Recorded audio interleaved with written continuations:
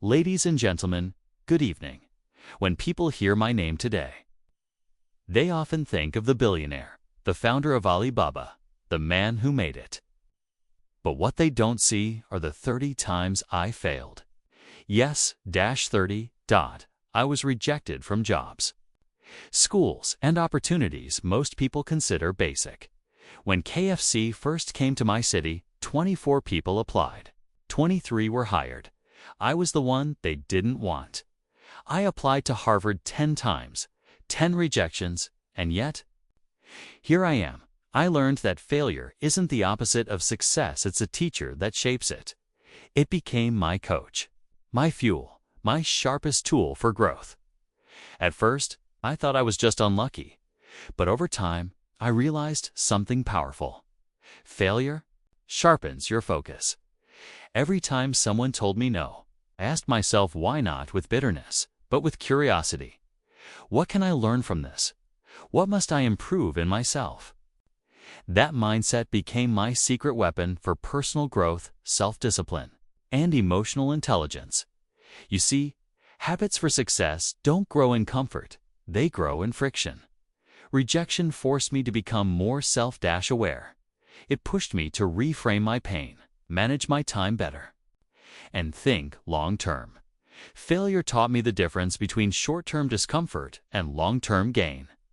I kept going because I believed in something bigger than rejection.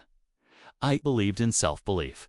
I believed that every closed door was simply redirecting me to build my own. And when I couldn't find a path, I created one. That's when I stopped seeing failure as an ending and started seeing it as a lesson plan crafted by life itself. People often ask me, how did you survive all those rejections? My answer is always the same: perseverance. I wasn't the smartest, but it's one who never gave up. Failures were just chapters, never the final sentence. And once you understand that failure is feedback, you unlock an unstoppable growth mindset. I've always believed that dreaming big is essential, but dreaming alone is not enough. Oh, dream without daily action is just fantasy. When people ask me how Alibaba was built, they imagine some lightning bolt of genius. The truth? It was built one small step at a time. We focused on moving forward. Every single day, even when progress was invisible. My mantra was, dream big, but start small. I didn't have money. I didn't have connections. But I had a vision. I turned that vision into habits. Morning planning, constant learning, consistent action. Motivation isn't a lightning strike. It's more like brushing your teeth. You do it every day, without fail.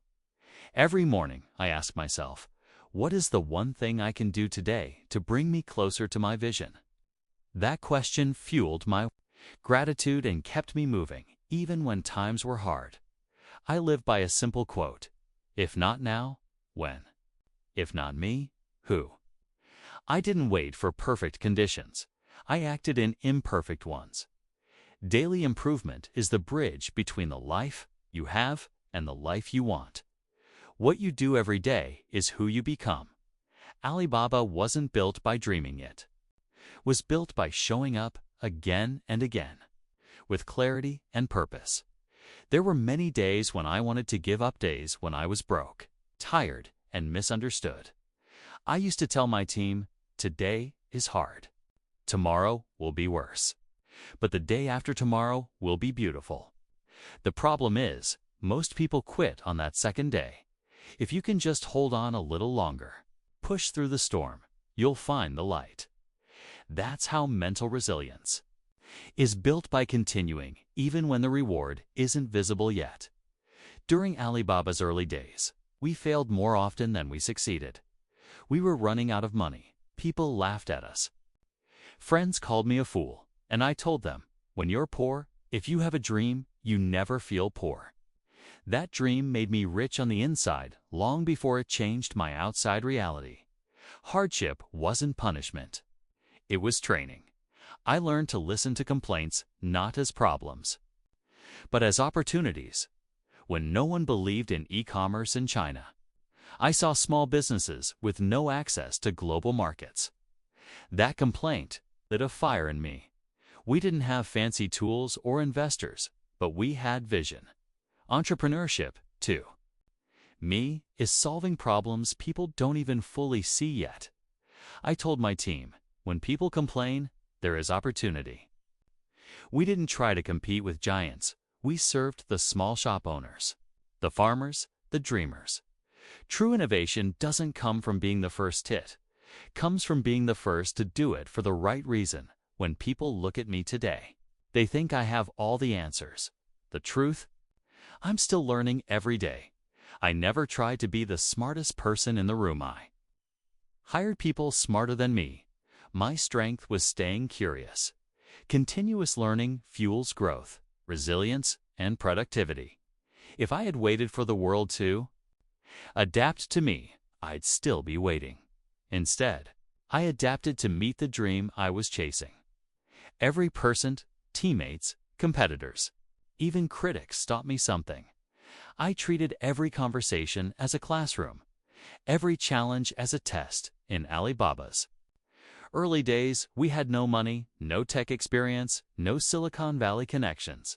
But I told my team, this is not punishment. This is preparation. We learned to stretch every dollar, every hour, every ounce of energy. We grew strong, not in spite of challenges, but because of them. Pain was resistance training, making us ready to carry the weight of success.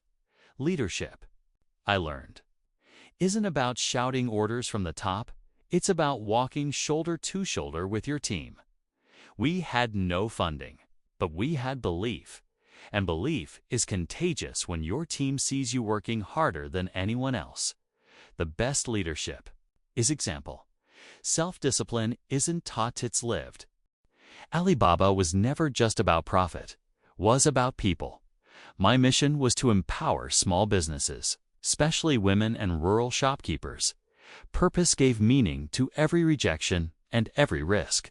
When your work serves more than yourself, your motivation becomes limitless. Purpose turns pain into power, and routine into a mission. Throughout my journey, it's criticized constantly. People said I was naive, it's unrealistic, even foolish. But I learned that criticism is only noise if you know your why. Confidence is not ignoring criticism, it's standing strong in spite of it.